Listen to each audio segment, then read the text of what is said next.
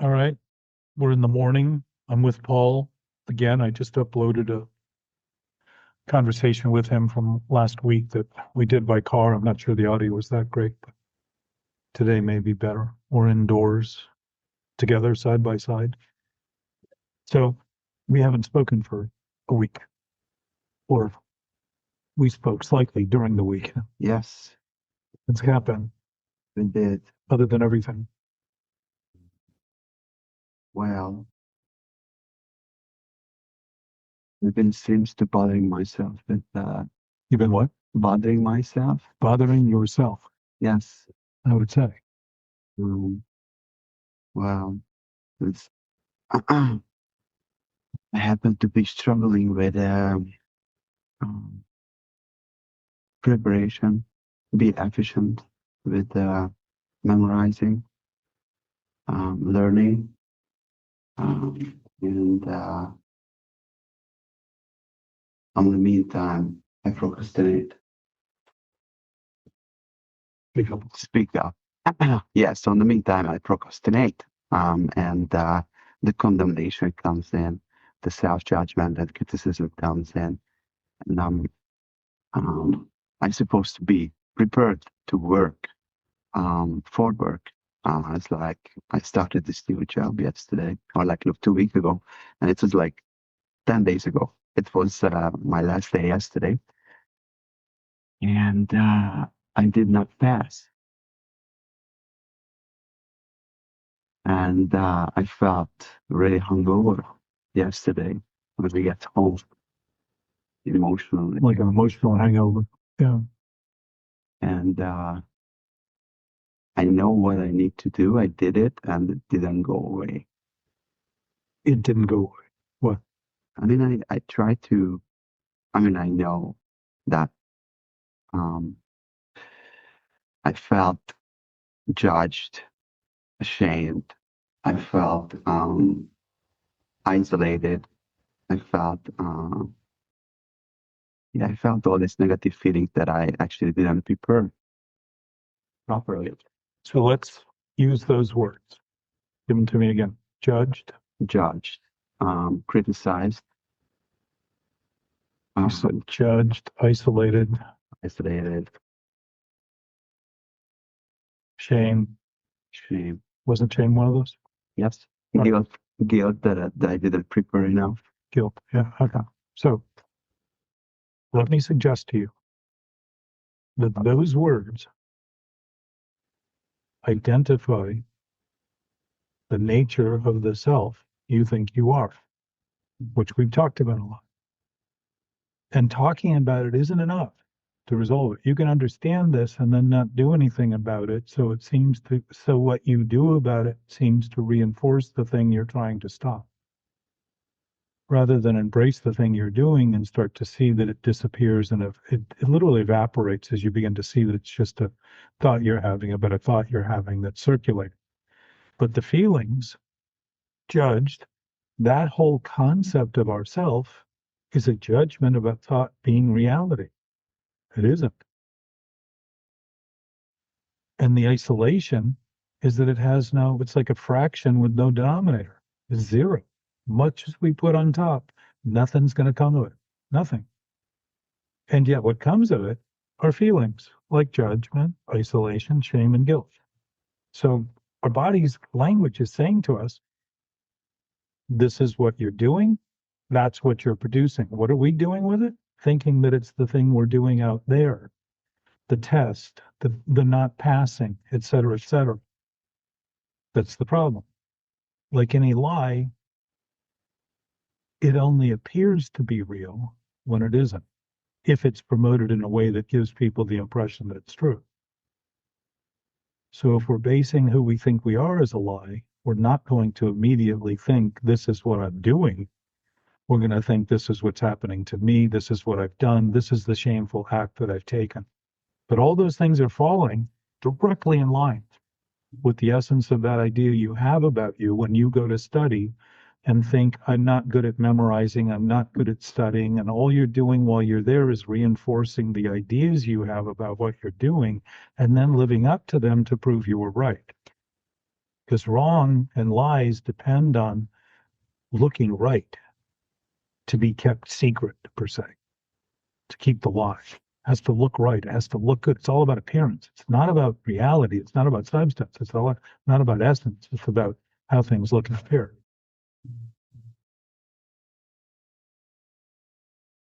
And you appear well. You appear healthy. Doesn't mean your mental health is healthy. It doesn't mean that those things supersede.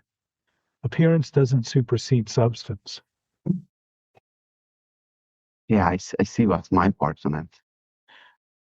I I would say you're starting to see. Yes. You're starting to look. You're starting to notice. You're starting to talk about it. But yes, I identified with it right away.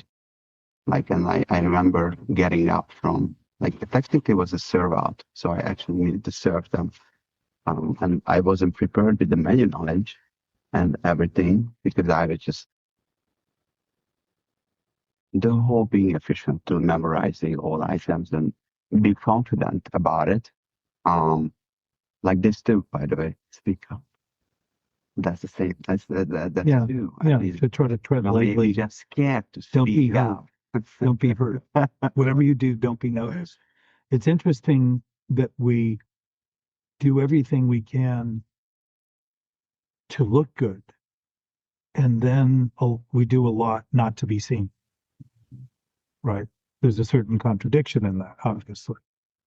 How so? Hmm? How so? Well, because we spend a lot of time thinking we're looking great, thinking we're doing the things that make us look good, and then when it comes to being looked at, we don't want to. We shrink.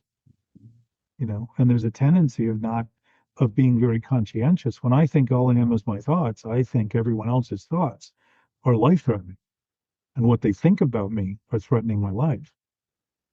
And it's not true. It's just what they're thinking.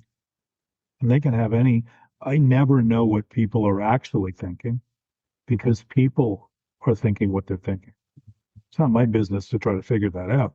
But the fact that I put so much emphasis on it is an indication of how concerned I am about the thinking I'm doing.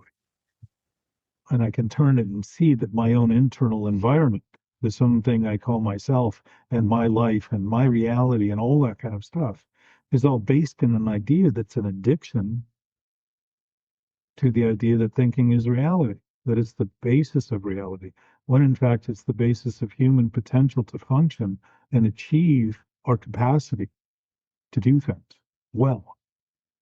So if you're discouraged by the ideas you have, how much confidence and courage are you going to have when it comes to executing and expressing those things through your behaviors? You'll have a crippled nature, and you'll prove that nature is crippled by failing at the thing you're doing, and then think you're ashamed for the thing you didn't do right, rather than see how ashamed you are constantly for the idea you have about who you are as only being what you think. So, to see that is one thing. To begin to apply it as you're going through those things, and notice how quickly you assign the blame and the shame and the fault and the guilt to the action, without seeing that the primary action is a thought that's opposed to reality, when the opposite of reality is still reality, because reality in absolute terms don't change, or absolute states of being don't change. When I think it isn't there, all it changes is my mentality about reality, and I feel alone and apart and segregated and less than, all of those, low self-esteem. What esteem is there in thinking that the entirety of reality depends on me when it's wrong? The image about myself. Yes, the image that you have a self in That regard. I thought who Yes. I am. Well, Yes. actually not. Yes. But I wanted to protect it yesterday. Yeah. And I felt like that image is like, it's a failure now. Yes. Which is, And in fact, it's a proof of your attempt to think you can use circumstance to prove that the thinking you're doing is right. Now you are a failure because you think who you are. You haven't failed at doing something. You've become a failure again. because I believe in it. Yeah. Mm. Yeah. If you listen to the language we use, it's very easy to hear things that are said that are not, we can't be a mistake. We can cause a mistake. We can think about things mistakenly, just like we can't be our thoughts. We can have thoughts because we have thoughts. And we can think about things as we are capable and able to think about them. I can't say that we're able to think about everything, but we're certainly able to think about everything we're able to think about. There doesn't seem to be anyone who ever stops me from thinking about what I want to think about. I can think they are, but in fact, that's just again a thought I have about what they're doing. So employing it, embracing it, having it is the beginning of applying it and practicing it and saying, oh, of course I feel afraid Oh, I see. Um, or reluctant or doubtful. yeah. It's exactly what the nature of that self is made of. Doubt, fear, uncertainty. Why? Reality isn't vulnerable. Reality isn't struggling with itself.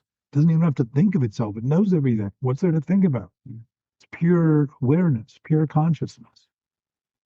So I'm working on not to believe on those. The problem is if you're working on trying to not do something that's insane, Yeah, you're giving it credit for being real enough to do something about, rather than begin to embrace what you're doing and notice. Once you embrace it fully, it's kind of like drinking. For me, it was pot smoking. When I finally conceded that I was an addict, and I stopped drinking because it made my body sick. Pot didn't make my body sick, except for the junk food I ate late at night. The next morning, the hangover, but it was a food hangover. It wasn't it wasn't throwing up. But when I got to the point where I said, I'm just going to smoke pot as an addict and accepted it, that I was an addict and I was smoking pot and I was addicted to it, it wasn't 2 weeks before I woke up. And the first time in my life, I said, this makes no sense because I wasn't fighting it. I wasn't choosing not to have it and think it shouldn't be happening. I began to say, I am choosing it. And it is what is happening as a result of those choices. And if I continue freely, the perspective, the place you asked me about neutrality, page 84, 85, 86, the place we're taken to, seemingly taken to, the safe harbor, protected, safe, right? That's the nature of our nature because there isn't a decision about for or against, about this or that. No decision. It's just a neutral place. It's the place of freedom to choose. It's the place we're always in when we think we're not, because the options we've chosen have created desperation. The limited ideas we have become almost explosive because of the demands we have to get things right, because of the failings we're trying to correct that are no longer happening in terms of the history, but they're happening in the mental state that we're recreating.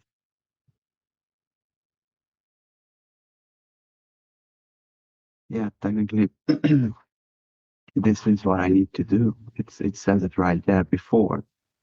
Like, But the real freedom is you don't need to do needs are instincts. And there isn't anything you need to do that you debate. Nothing. There is no debate that you rely on gravity. You do not worry in the morning as to whether or not gravity is going to hold you to this planet.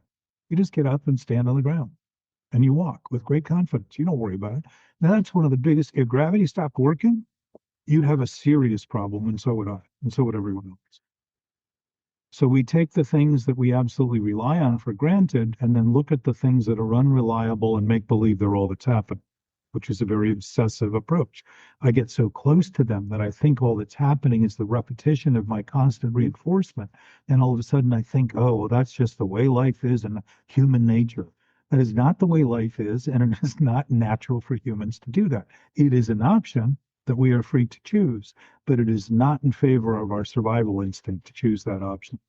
It undermines our potential. It undermines our health. It undermines the behaviors and other things that would lead to a more productive, useful, beneficial, survival, abundant life in terms of the fruits.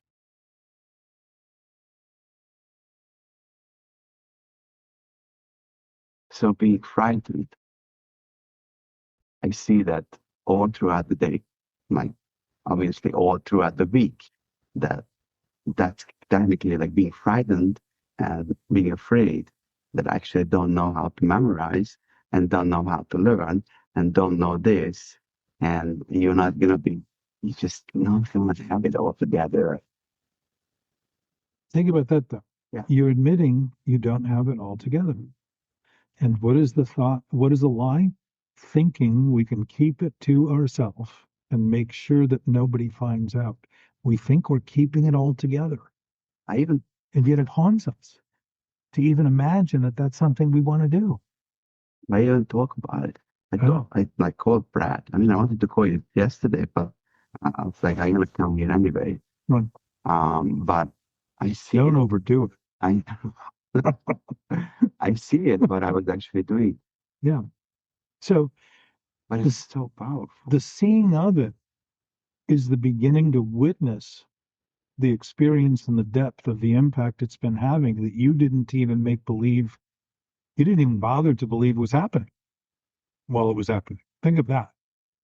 You've numbed yourself, desensitized your experience to that self you think you are, numbing your body, numbing your emotions, thinking it isn't happening, and using the psychic denial, which I call psychic anesthesia, denial, and make believe that if I don't think it's happening, it's not happening. And if I don't look, there's nothing to see. Think about that. That can provide some relief if it were true. But again, we're relying on fallacies that we're hoping will come true. And that's exactly what fairy tales were all based on when we were kids. Hoping, hoping, hoping they will come true. And then in the fairy tales, they do because it's a book and it offers hope. But why would it offer hope to people that don't need hope if they're doing things that don't require hopefulness? If they're relying on absolute stable ideas and functional capacity, there wouldn't be any hope at all. It would be we would rest assured rather than find ourselves resting in doubt and feeling the casting of the shadows of doubt that seem to haunt us and darken our affairs. Yeah. I see a lot of doubt. Hmm? It was a lot of doubt. Let me tell you, that self you think you are is all doubt and vulnerability and weakness and frailty and guilt and shame. All those things that we think are common emotions are coming out of a constructed idea about ourselves that isn't true, it isn't real, and it isn't right. And it's never going to be. So whenever I'm experiencing those, that's not who I am. Right, it's something you're doing. And that's what I need to do, spiritual work. Well, the spiritual work is to begin to realize that there's nothing you need to do to have that spiritual basis. But when you say nothing, it's nothing I need to do. Right. Nothing you need to do. All kinds of things you can do. Yeah. You can meditate, you can go to the gym, you can run, you can breathe deeper, you Have can to sit get up present. straighter. But think about it. If you're doing that to become spiritual, you're denying the spirit is where you are while you're doing those things. And those are all things that are great for us to do. Breathing's actually healthy for us. We're the only species that needs breath work classes, apparently, because we don't even breathe well. Why? We're depressed. Our bodies are constrained. We are not functioning at a level where posture is upright and able to allow the blood to flow in the air to be ingested in the amounts that the body is actually asking for and capable of utilizing to keep the system healthy. We're starving. It's emotional constipation, and our bodies constrict. They get tense, and when the body gets tense, it causes inflammation in other parts of the body because everything starts to get backed up. Very basic, common effects of diseases that are caused over time. I got really tight yesterday. Yeah. Yeah. Yeah, It got really tight yesterday, and I didn't act out on it, but it was just so powerful. And but that's an acting out.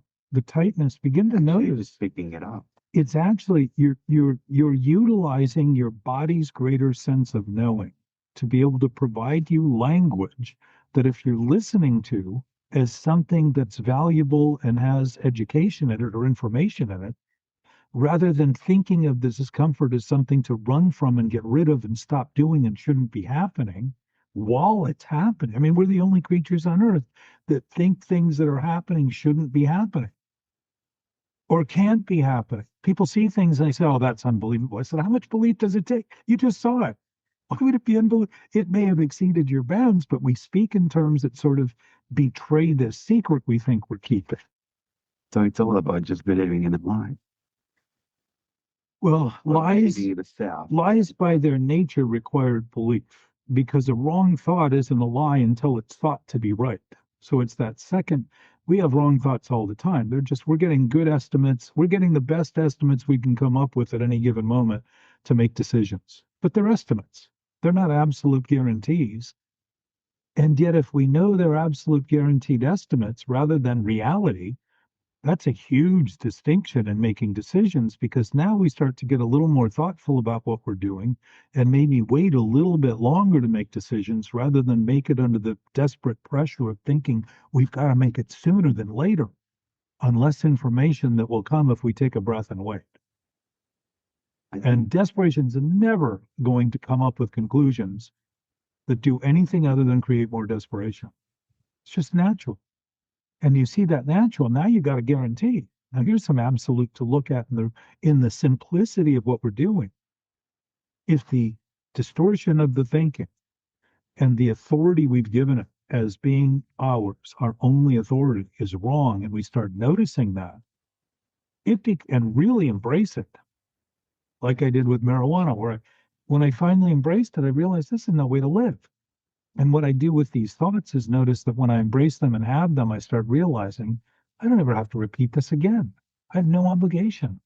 The obligation was all internal to the fear I had about being exposed and not maintaining an idea that would finally prove that I was really good and really right, and everybody should accept me and admire me and be happy with all of the grandiose things that I'm doing. Because I'm trying to be so flagrant about everything to prove to everybody that I'm not the hollow shell that I feel like. But in fact, the thoughts I'm having are hollow shells. They're thoughts with no substance. They're thoughts with no connection to reality. So we feel disconnected. We feel empty. We feel alone. We feel like we're not a part of. We feel like there's always some place to get to and something to have. It's all here now. There's nothing shy of everything happening right now where we are. Nothing is missing in that totality, and nothing is ever at any other time than the present.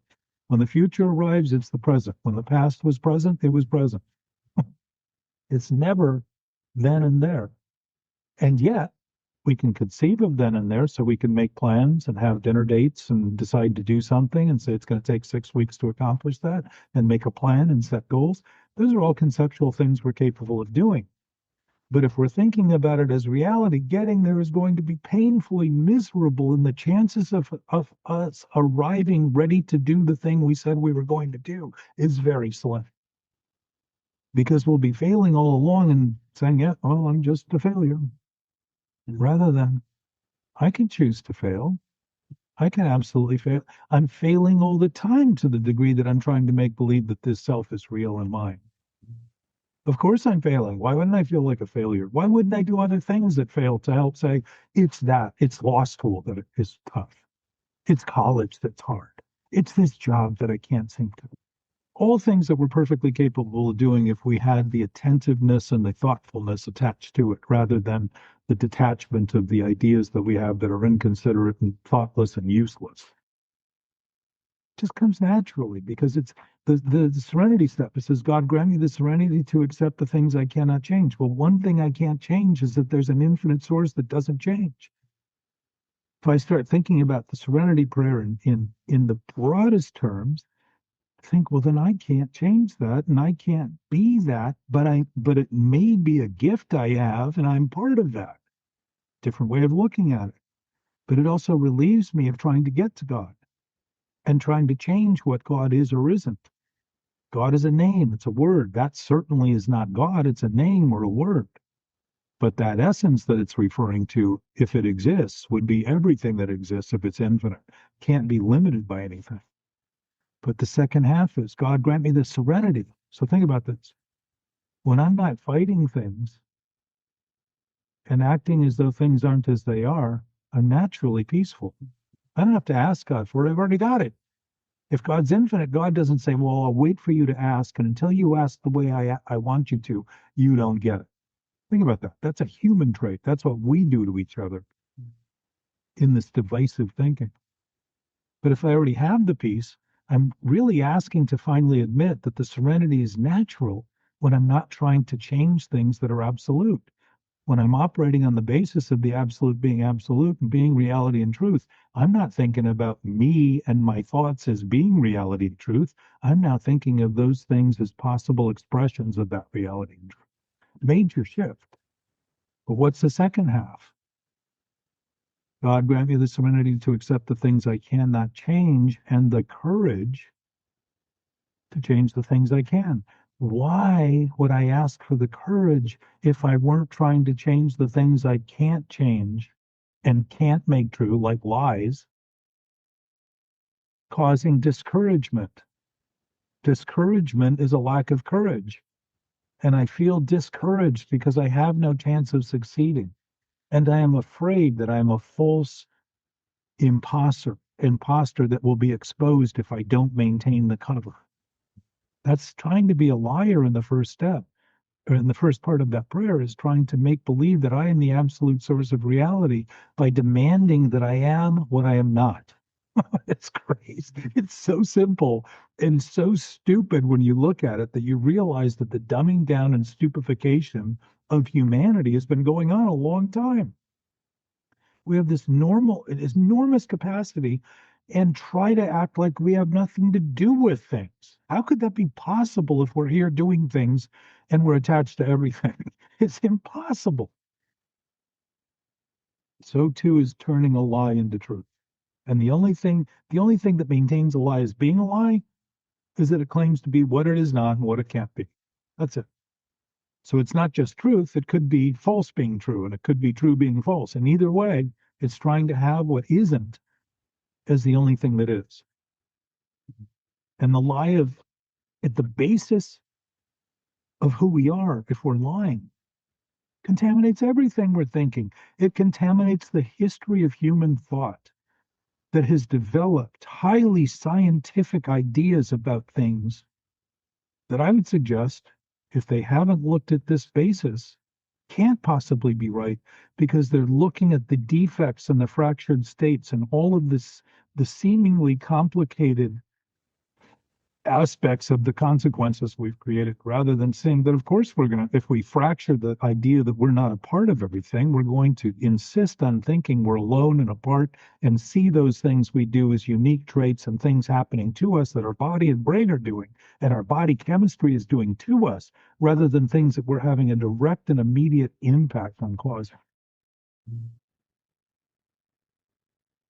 Yeah, I think I'm having like, I think I'm just ignorant. And You know it's, what the root of that is? Ignoring. If you don't pay attention and think it's not there, think about that. People look at what. defiance to like, actually I have this, and Me too. I don't want to accept it. Well, I but you see just it. said you have. Start there. I have it. Yes. Yes, I see it. But But you accept it.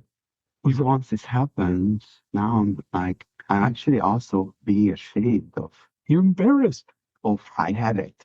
And it's not about what happened. It's Right. about just how, because now I see it, what I actually do. But you think it's you to be embarrassed Yeah. about it rather than something you do and say, well, of course I do that. On the basis of thinking all I am is what I think, of course I'm going to be embarrassed and ashamed. So Of the course I'm going to identification think. Yeah. Yeah. on the meantime, while I see that was before the identification again.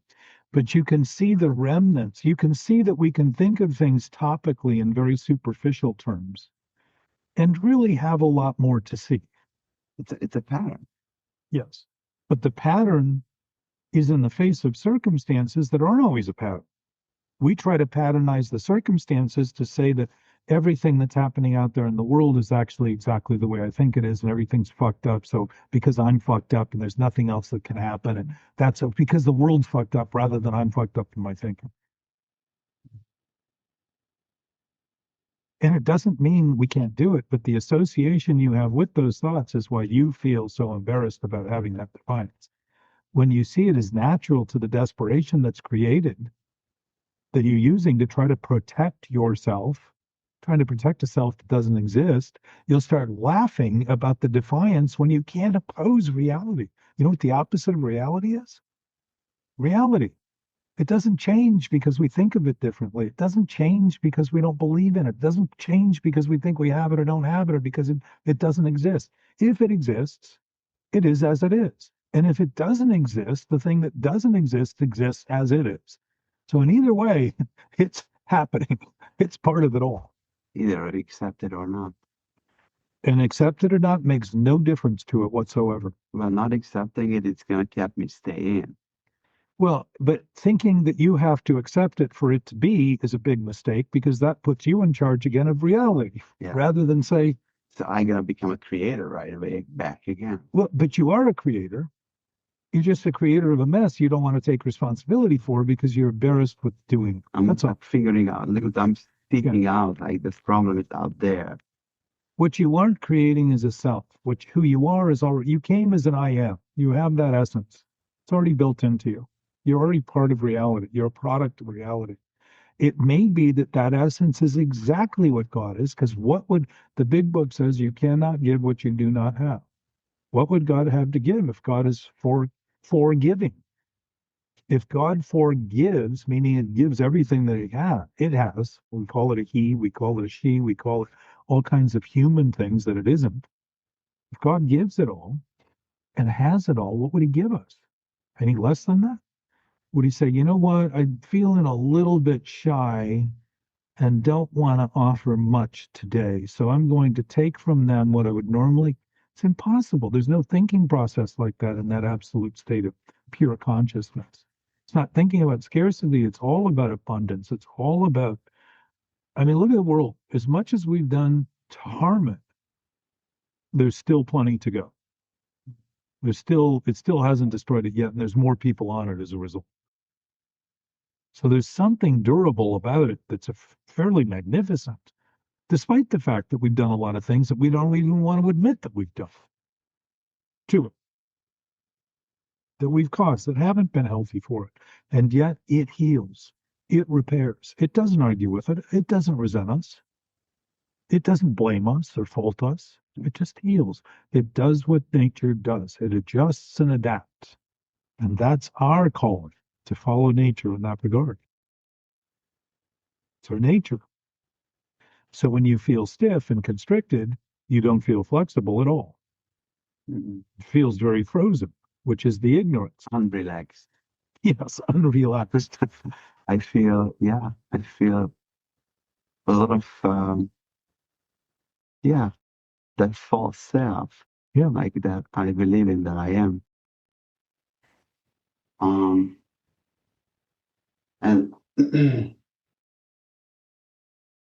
I think I'm trying to escape it.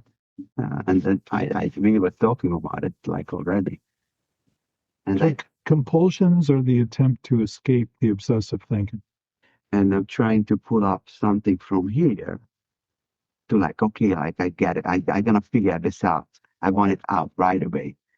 When you start reading the big book and look for the absolute terms, you'll start seeing them. The allergy is absolute. We trigger it, it's going to happen all the time. It's assured. It's guaranteed. We talk about not being assured and wanting certainty. There's a certainty we don't want to admit is going to happen when we pick up a drink. And we talked about it. I never gonna be cured of this. Well, because it doesn't need a cure, because love has given you the absolute freedom to do whatever you want. So this is where the recovery starts. Like the recovered state is like, it's not that. It seemed as though you're not recovered the whole time, when in fact you've always been recovered and thought you weren't. Because My thinking was, because you thought your thinking was everything, it seems as though reality wasn't there. But reality was always there while you were thinking it wasn't there. Now, if reality doesn't change, we have no impact on it. Our thinking has no impact on reality, but we suffer dreadfully in our mentality by operating on that basis. And the dreadful feelings we have is the body language of saying, you want it, you got it. It's the freedom of saying, You're going to face the consequences of the decision you make because there is no separation in reality. So there's no separation between the consequence. We think we can drink and not face the consequences. That's basically the powerlessness.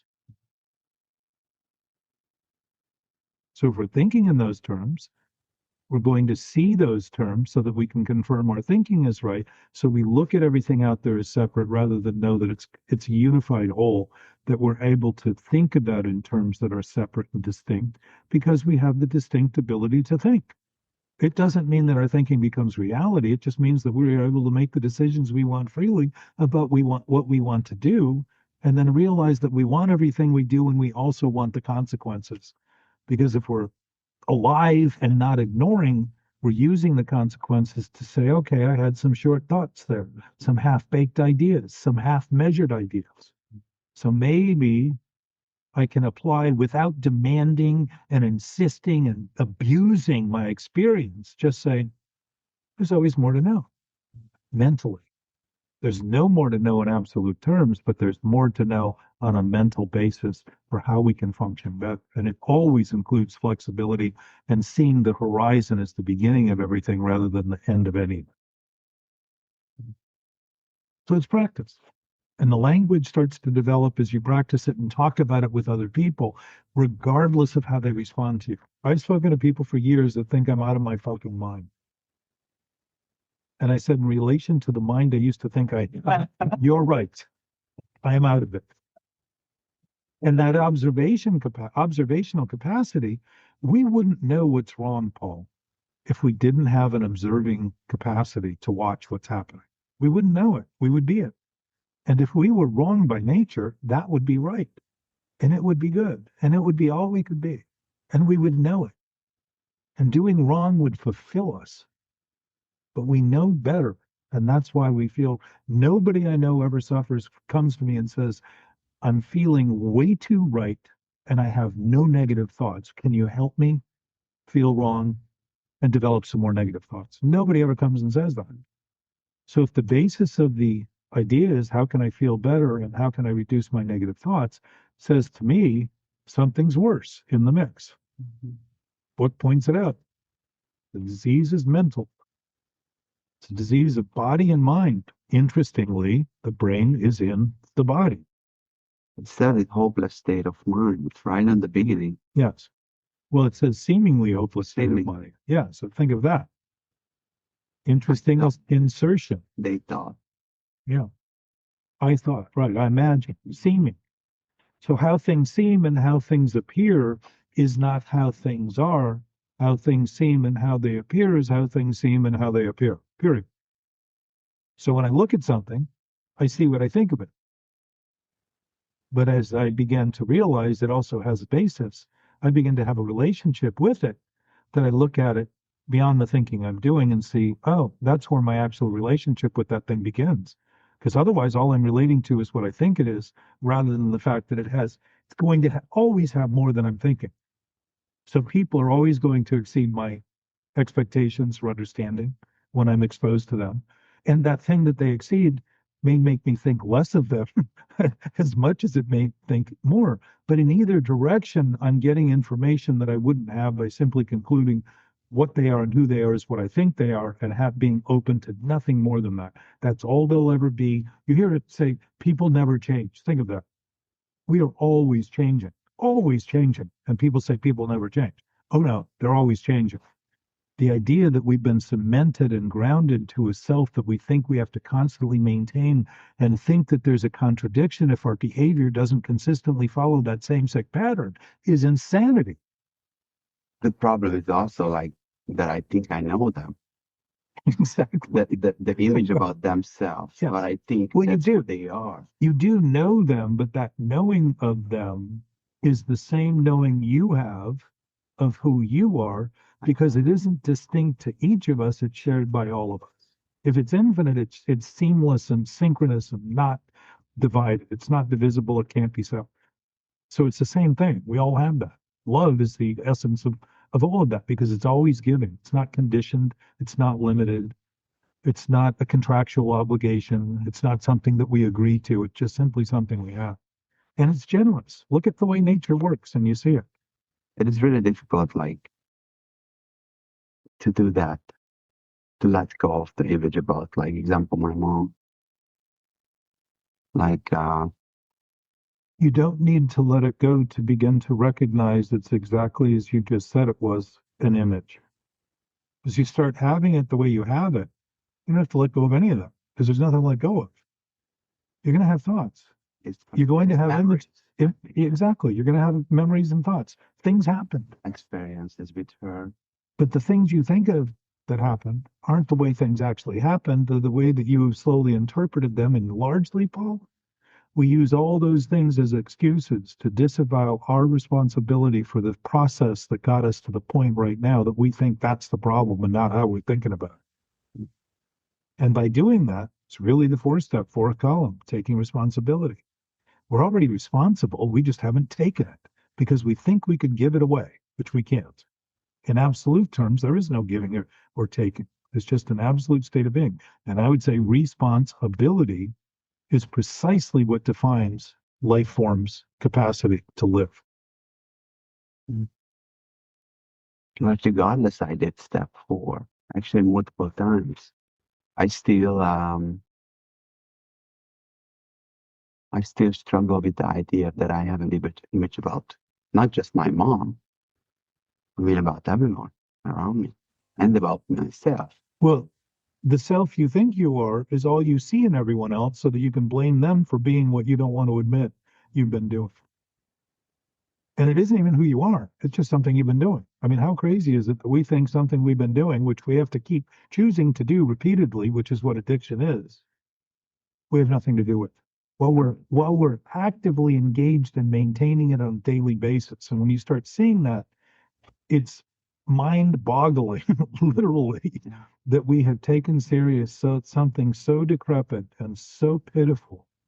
It isn't self-pity, it's a pitiful self we've been making believe is ourself. The whole thing is based in pity and grief and mourning and loss and fear and division and hatred and contempt. All of it.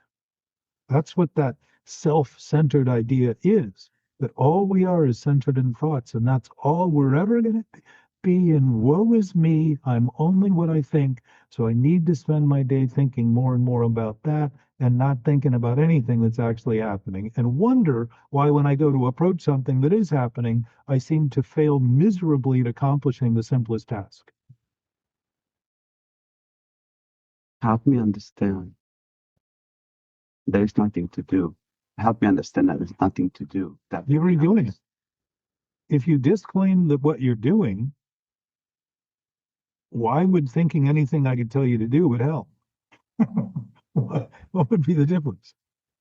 If I told you to do something and you're already denying what you're doing, who am I talking to? Somebody who can't even just come to terms with what you're doing. You're already doing everything that you're caught. You're already doing everything that's keeping you from imagining everything else that's actually possible.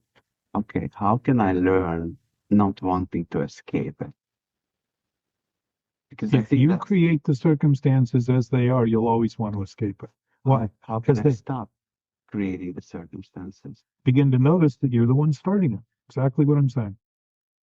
I can see it. You're the starter of it. I know I can see it. But in practice, No, you can think you see it, but you still have some things to see. So the things to see is to develop understanding. Bill says at the end of the 12th step, understanding is the key to right principles. Right principles, he's saying. He's not saying wrong principles, because evil principles exist too, which is I can do more of the wrong thing and get better. That's the addictive idea. It's a death wish.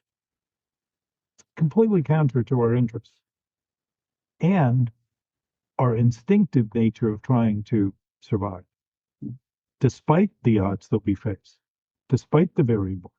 We have an urge to survive, not to just succumb and die and give it all up. Some people do, but there's no species that kills themselves at the same rate we do. If they do, it's because they're older and they're ready and they go off to die, and they tend to go do that alone. It's time for them just to, they know it's time and they walk away and fade. So it's coming to, We've been so used to thinking we have to stop it that we've been denying in that preoccupation that we're the ones starting.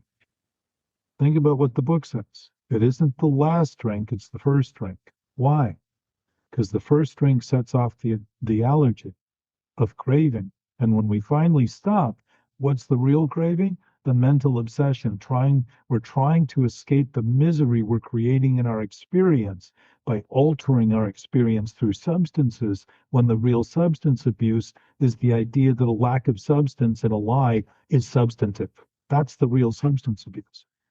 We're already absolutely immersed in reality, making believe it's up to us to get there. Well, that was just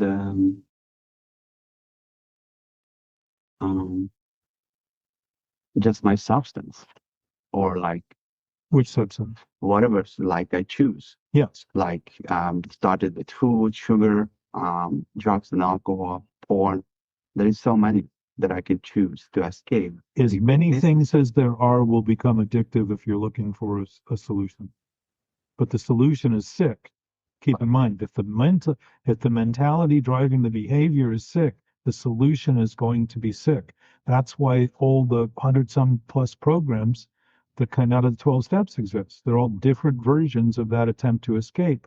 Looking at the symptom is the problem rather than beginning to know. And I'm not saying that this is chronic amongst everyone. But for the most part, the focus is on the symptom and trying to stop rather than the cause and not starting to put the fire out that is causing all those symptoms. So what we can't cure is the fact that we have the possibility. I mean, you also have the freedom to jump in a fire. Have you ever done that? I think so. When I had a kid, Okay. I was like, let's see how that's gonna work. Yeah. Well, the first time you might, like my granddaughter, I kept saying, don't put your hands on the stove. Don't put she put it right on the stove, and that was the last time. So the point here, look, think of that. That lesson is easy to learn and quick. This other lesson with sobriety is insane because we keep doing the same thing, thinking it's going to get better, thinking it's going to change. And it isn't changing because we are getting worse in the process.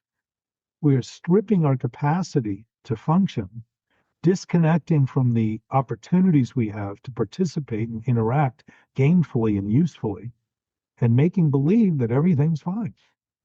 So there is no such a rock bottom when it's like, okay, this is the lowest low, and then The you're rock done. bottom is dying, overdosing.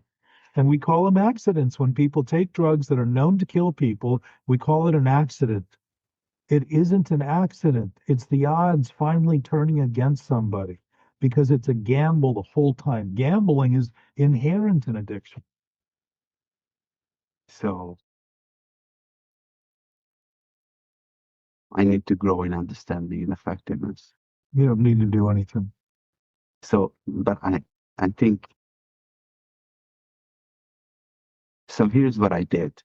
Here's my action step. I woke up today and I was like, okay, I'm gonna do something about it. Mm-hmm. Um, But see, you still think it has a real basis while you think reality doesn't. Think of that. You're pretty sure it has a basis you need to deal with while reality doesn't. Letting go isn't a process of holding on tighter. It's beginning to notice when the rope is tight and wound and can't be any more twisted. If you let it go, it just naturally begins to unravel. so this is a lesson, how to let it go. The real lesson is to begin to realize that you never had anything to hold on to. Bill Wilson says, let go absolutely. And that used to haunt me because it seemed like something I would never be capable of doing until it hit me. That I've simply been imagining I was holding on to something because the thing I was holding on to was imagined.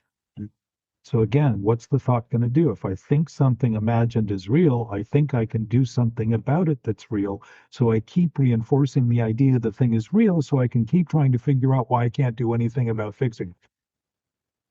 And just throw my hands up every day and think, today's the day I'm finally going to fix it.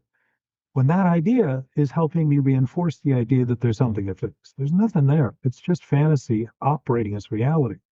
We take it seriously so we don't think it's funny. Yeah. Few people laugh at this until they start looking at it, and then they cry with relief and awe to see that the whole thing was a magic act, a trance, like a hypnotic trance that we had caused to make believe that because we didn't think it was happening and didn't think it had anything to do with us, that we were somehow exonerated and not guilty while we were feeling guilt and shame the whole time. Those feelings aren't accidents, they're accurate assessments of a verdict. The jury's in, you're guilty, and you're ashamed. Period.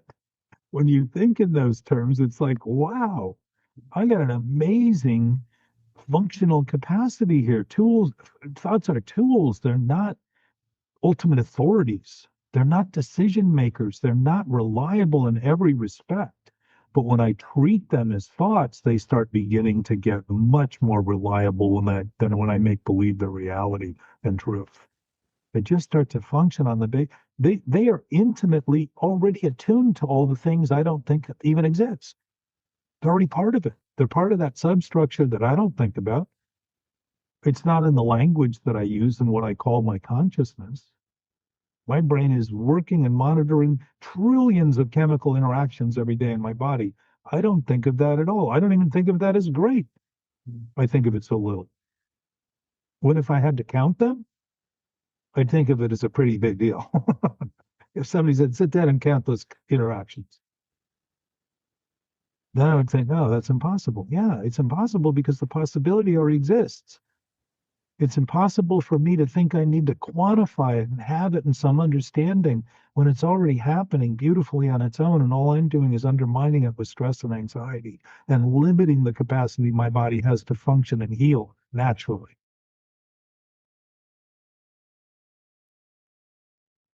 And if I do it, you have the capacity to do it. The lack of a cure doesn't mean we're condemned. It means we're so free as to begin to actually use the tools of principles, the spiritual principles, and look at responsibility and accountability and honesty and honor and humility is all talking about the exact same thing. Exact same thing. Practicing principles. What does that mean? Get your toolbox out and start using them. You have a toolbox you never use? How good is it? What good is it? The best thing you can hope for is somebody steals it from you so you don't have to carry it around in the trunk. Who will then use it? Thoughts are tools to be used. They're operating and designed in our favor. We're the ones causing the disfavor by the thinking we're doing about the thinking we're doing. And it isn't the thinking, it's the content of the thought, the idea that how I think of things and what I think of things becomes those things. Mm.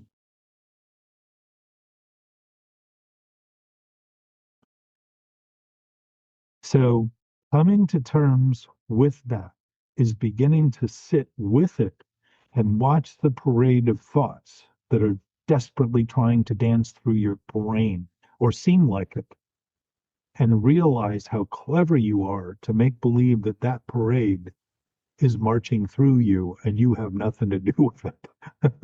It's a concoction of thought to try to justify and rationalize and excuse the behavior. Why would we need to excuse it if we didn't know it was inexcusable? Why would we even ask for excuse? Why would we justify and rationalize if we didn't know something was wrong? There's no justification, no rationalization in reality and truth. None. It's absolute in every respect. It isn't trying to figure itself out. It is naturally figuring things out as it goes. Everything is working according to the plan, whatever the plan is. And the plan, for the most part, is that things tend to survive. Some things, though, when they've reached a maximum point of usefulness, go extinct. We've caused some of those unnaturally, so things that would naturally be here playing their part in that role aren't here anymore.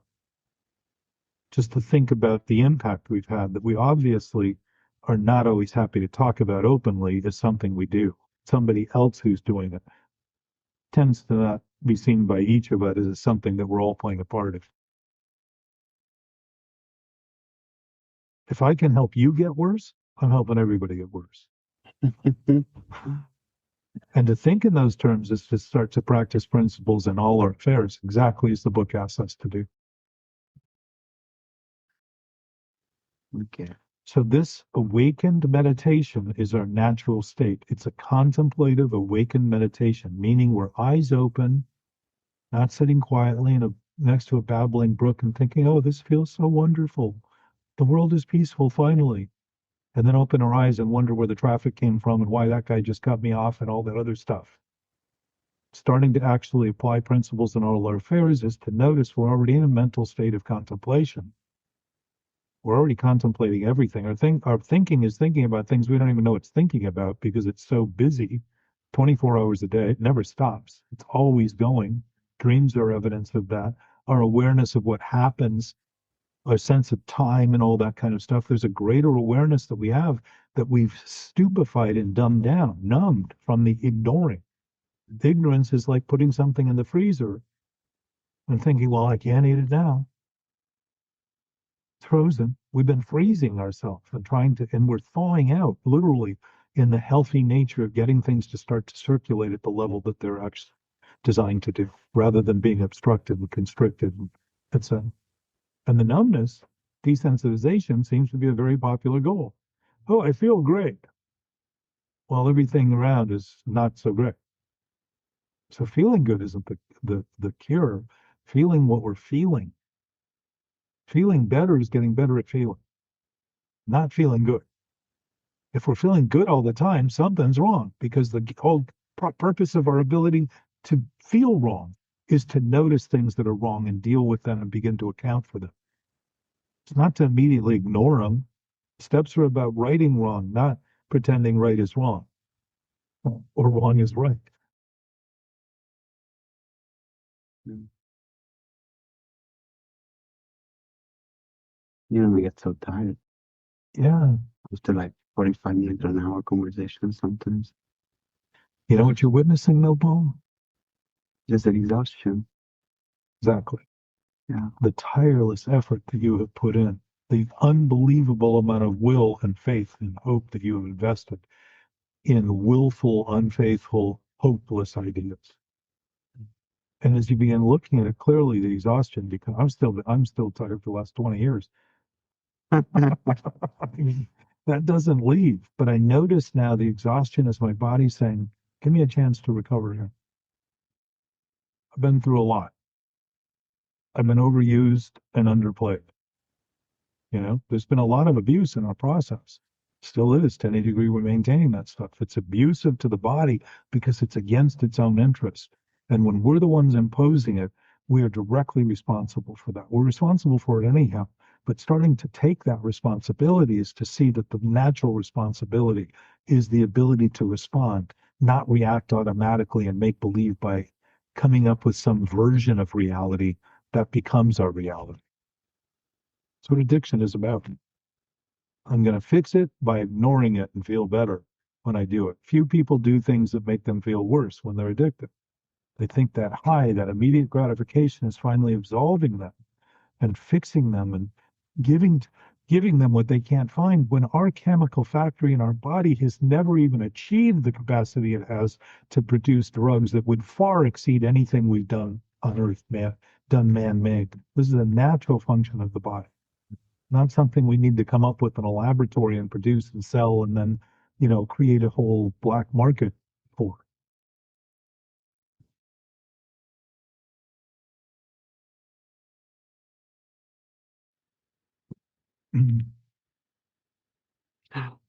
So maybe today enough is in fact enough. Maybe not. Exactly. Maybe not. But notice the freedom you have to even consider it. It may be, it may not be.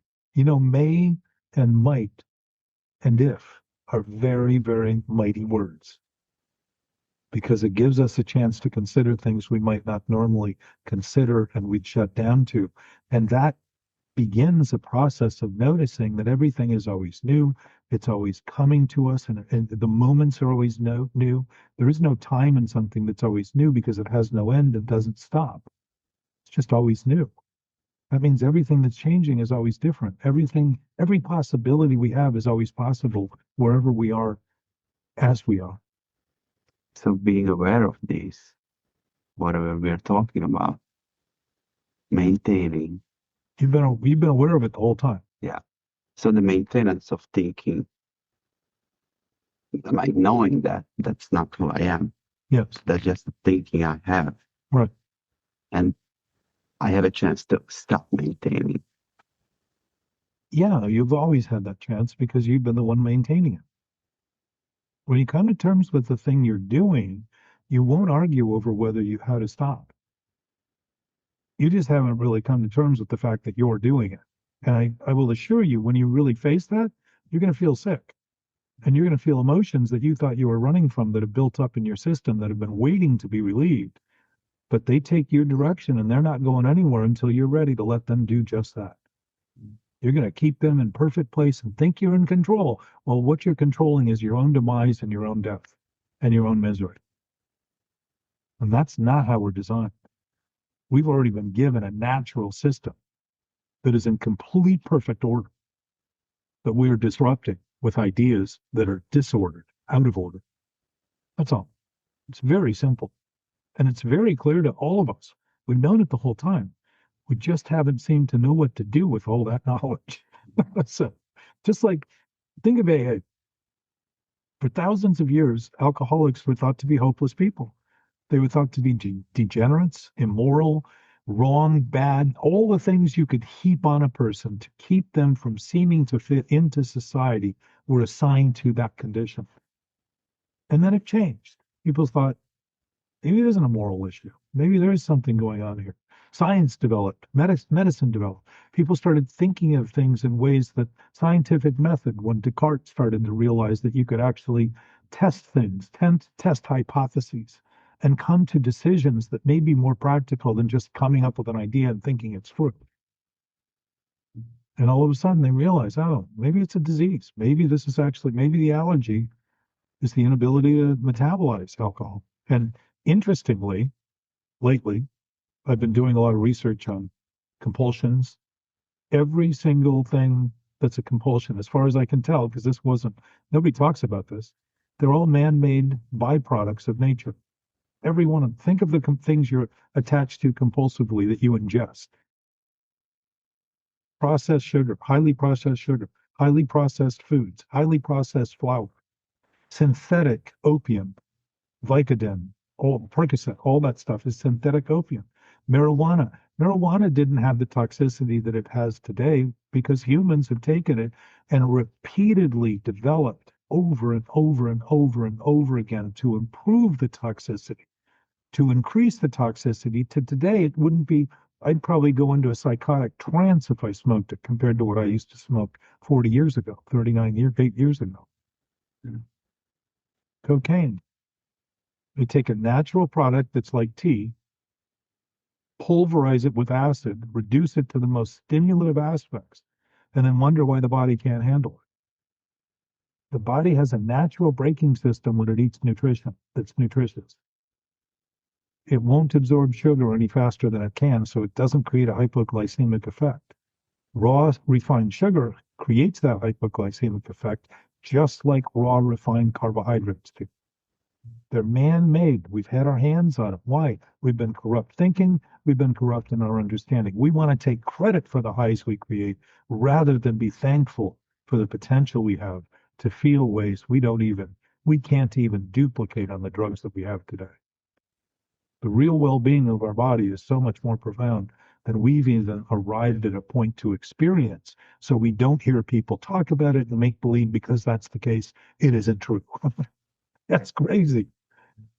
People talked about alcoholics wrong for thousands of years. It was completely disproven by a simple understanding, as every paradigm shift has been through history.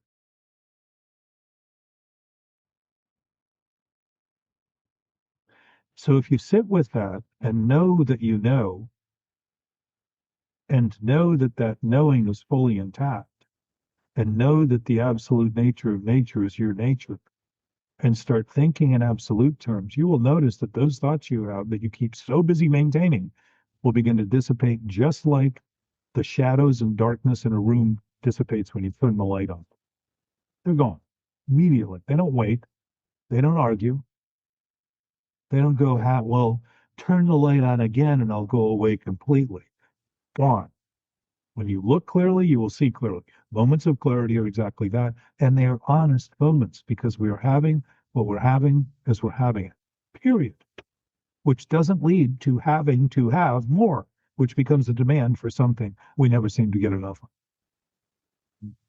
We already got it. It's already full. It's already complete. It's already home. I will practice it. Well, consider that whether you practice it or not, it's true, and start to notice that, and it will start to disband some of the addiction you have to the idea that it's up to you to get there.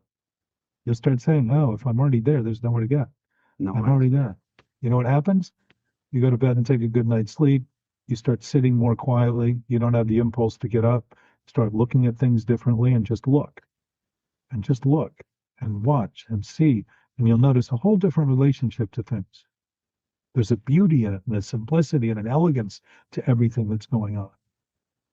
And everything useful. All these things we've made as humans, it's phenomenal that we've been trapped in this mental condition as long as I suspect we have, and still seem to perform extraordinary feats, many of which have byproducts that, 30, 40 years later become obvious weren't that good. The idea with plastic is a great example. Great idea in the beginning. We don't know what the hell to do with it now, and yet we're making more and more and more of it every year. I forget how many millions of tons we make a year, but it goes up 5% every year, every year, every year. And we have no idea what to do with it.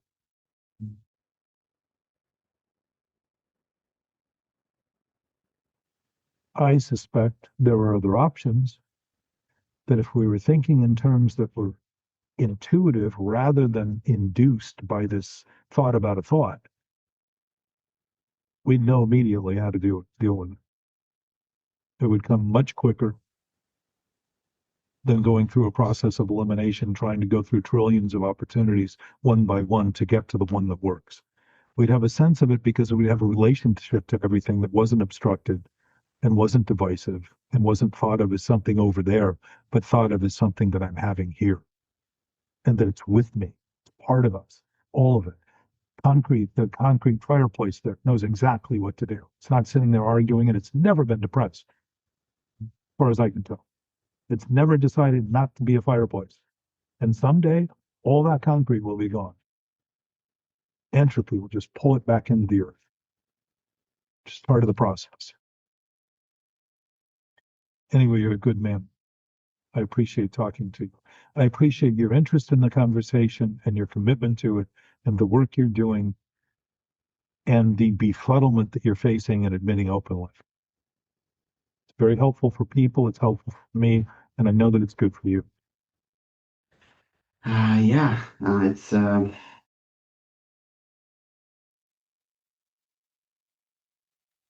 I feel like I can talk to you about it. Um, I cannot talk to a lot of people about it. You can. I can. Yes. And when you start, you'll start seeing how silly it was not to. Because they'll start saying, oh, that's interesting.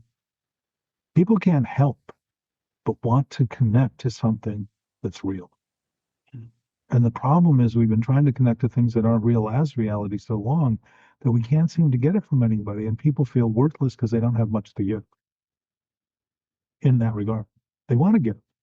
The natural tendency is wanting to work with people, wanting to be admired, wanting to be respected, wanting to give respect and admire, wanting to appreciate.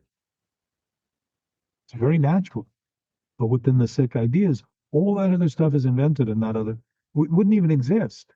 Demoralization wouldn't even exist if we weren't addicted to it and constantly, chronically repeating it and thinking of it as our nature.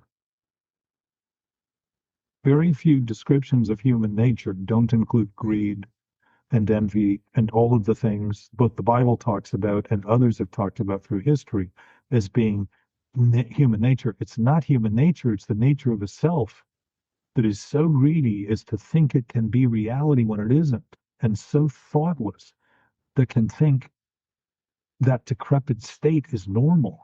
To take abnormality and turn it into to normalize it is crazy because it just gives more and more people the impression it's the only thing we can do. And it would be like giving everybody cocaine and saying, that's all you can do. Go ahead and do it. You'll be fine. Don't worry about it. Right. Love you. Well, thank you. You're a good man.